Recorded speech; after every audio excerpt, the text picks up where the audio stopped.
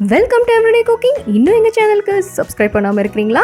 மறக்காமல் கிளிக் பண்ணுங்கள் சப்ஸ்கிரைப் பட்டனையும் பெல் ஐக்கானையும். எப்போது எங்களோட கனெக்டடாக இருங்க அண்ட் சப்ஸ்கிரிப்ஷன் ஃப்ரீ. இன்றைக்கி நம்ம பலாப்பழ அல்வா எப்படி செய்கிறதுன்னு பார்க்கலாம்.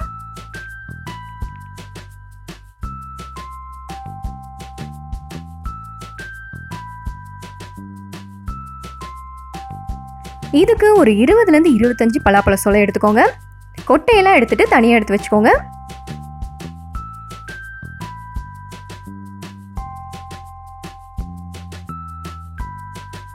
கொட்டையெல்லாம் சூப்பராக ரிமூவ் பண்ணியாச்சு. பட் இதை அப்படியே யூஸ் பண்ண முடியாது, நம்மளுக்கு கொஞ்சம் குறைவாக வேணும். ஸோ இதை ப்ரெஷர் குக் பண்ண போகிறோம். ஒரு கப் அளவுக்கு தண்ணி ஆட் பண்ணுங்கள். 2லேருந்து 3 விசில் விட்டு எடுத்துக்கோங்க.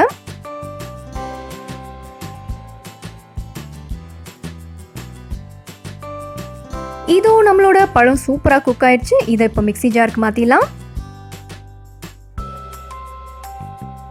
இதை கம்ப்ளீட்டாக ஆற விடுங்க. ஆறுனதும் நல்லா பேஸ்ட்டாக அரைச்சி எடுத்து வச்சுக்கோங்க.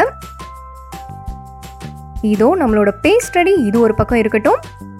அடுத்ததாக ஒரு பேனில் கொஞ்சமாக நெய் விட போகிறோம். ஒரு டீஸ்பூன் அளவுக்கு நெய் விட்டால் போதும். இதில் ஒரு 10 முந்திரி பருப்பை குட்டி குட்டியாக சாப் பண்ணி ஆட் பண்ணுங்க.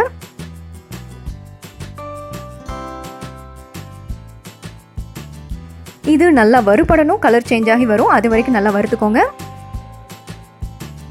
இதோ சூப்பராக கலர் சேஞ்ச் ஆயிடுச்சு. இப்போ இதை வெளியே எடுத்துடலாம்.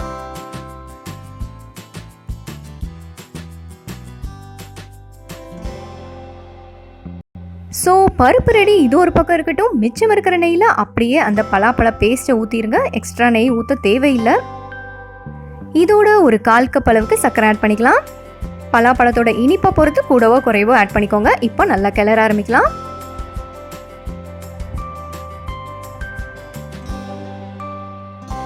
இது ஒரு பக்கம் அப்படியே சிம்ல இருக்கட்டும். நம்ம அடுத்ததாக கார்ன்ஃப்ளவர் மிக்ஸ் ரெடி பண்ணிக்கலாம். ஒரு 1.5 டேபிள் ஸ்பூன் அளவுக்கு கார்ன்ஃப்ளவர் எடுத்துக்கோங்க.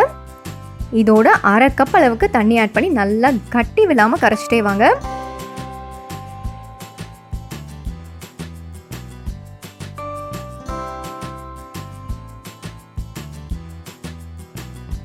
சூப்பராக கரைச்சாச்சு. இதையும் நம்ம அந்த வெந்துட்டு இருக்கிற பலாப்பழ பேஸ்டோட ஆட் பண்ணிக்கலாம். இப்போ கைவிடாம கிளற ஆரம்பிங்க. எப்பயுமே கார்ன்ஃப்ளவர் எந்த இதில் ஆட் பண்ணாலும் அது கெட்டியாக ஆரம்பிக்கும். ஸோ கிளறிட்டே வாங்க.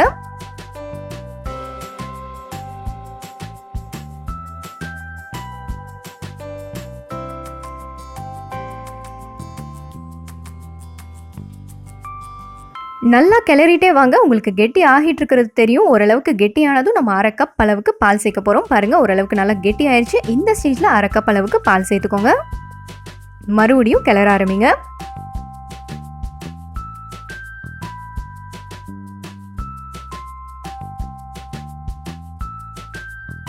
இது இப்போ நல்லா வத்தி அல்வா பதத்துக்கு கொண்டு வரணும். இதோ பாருங்க, நல்லா பளபளன்னு ஆயிடுச்சு. இந்த ஸ்டேஜில் நம்ம வறுத்து வச்சிருக்கிற முந்திரி பருப்பை ஆட் பண்ணிக்கலாம். நல்லா கிளறிட்டே வாங்க. அல்வா பதம் வர வரைக்கும் நீங்கள் கைவிடாமல் கிளறணும்.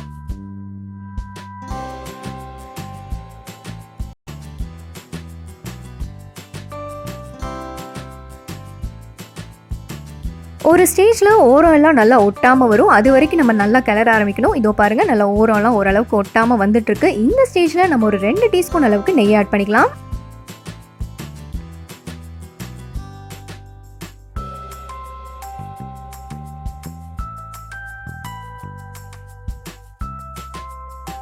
நான் யூஸ்வலாக நெய் கொஞ்சம் கம்மியாக தான் ஆட் பண்ணுவேன். உங்களுக்கு தேவைப்பட்டால் ஜாஸ்தி ஆட் பண்ணிக்கோங்க. இப்போ நல்லா ஒட்டாமல் வர வரைக்கும் கிளறலாம்.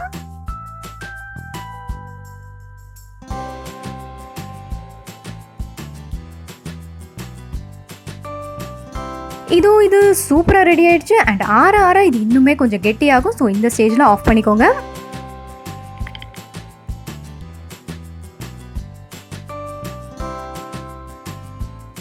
நம்மளோட பலாப்பழ அல்வா இங்கே சூப்பராக ரெடி ஆயிடுச்சு. வேற ஒரு இன்ட்ரெஸ்டிங்கான ரெசிபியோட உங்களை சந்திக்கிறோம். எங்கள் வீடியோஸ் எல்லாம் பிடிச்சிருந்தா லைக் பண்ணுங்க, ஷேர் பண்ணுங்க, கமெண்ட் பண்ணுங்க அண்ட் மறக்காம எங்கள் சேனலுக்கு சப்ஸ்கிரைப் பண்ணுங்க.